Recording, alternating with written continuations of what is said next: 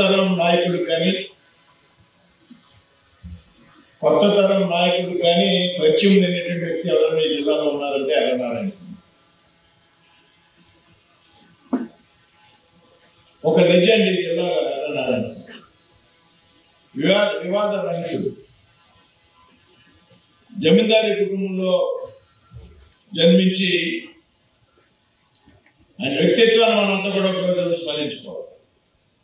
నాకు చాలా సాహిత్యంగా ఉండేటువంటి వ్యక్తులు ఎర్రనారాయణ స్వామి గారు. జమీందారీ కుటుంబంలో జన్మించి గ్రామ సర్పంచ్గా రాజకీయ జీవితాన్ని ప్రారంభించి రాజ్యసభ సభ్యుడిగా ఎదిగినటువంటి వ్యక్తి ఎర్రనారాయణ. కోఆపరేటివ్ బ్యాంక్ అధ్యక్షుడిగా, జిల్లా పరిషత్ చైర్మన్గా, ఎమ్మెల్యేగా, జిల్లా పరిషత్ రాజ్యసభ సభ్యుడిగా ఉన్న పార్టీలోనే కాదు అన్ని పార్టీలతో గౌరవించదగినటువంటి వ్యక్తి ఎర్రనారాయణ. ఇక్కడ ఎర్రనారాయణ స్వామి యొక్క ప్రేరణ కారణంగా ఇక్కడ కళాశాల ఏర్పాటు చేసిందనేటువంటి విషయాన్ని పెద్దలందరూ చెప్తున్నారు. అంటే ఆయన ఆలోచన ఉన్నతమైనటువంటి చదువు చదువుకున్నటువంటి వ్యక్తి, ఎంఏబిఏ. విద్యాపరంగా ప్రాంతం అభివృద్ధి చెందితే అన్ని రకాలుగా ప్రాంతం అభివృద్ధి చెందుతుంది అనేటువంటి ఒక నమ్మకం కారణంగా ఆయన ఆరోగ్య ప్రయత్నం చేశారు.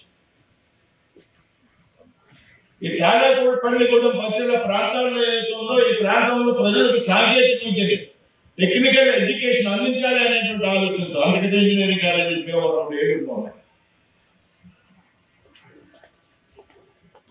ఈ ప్రాంతంలో ఉన్నటువంటి విద్యార్థులకు సాంకేతిక విద్యనే అందించాలనేటువంటి ఉద్దేశంతో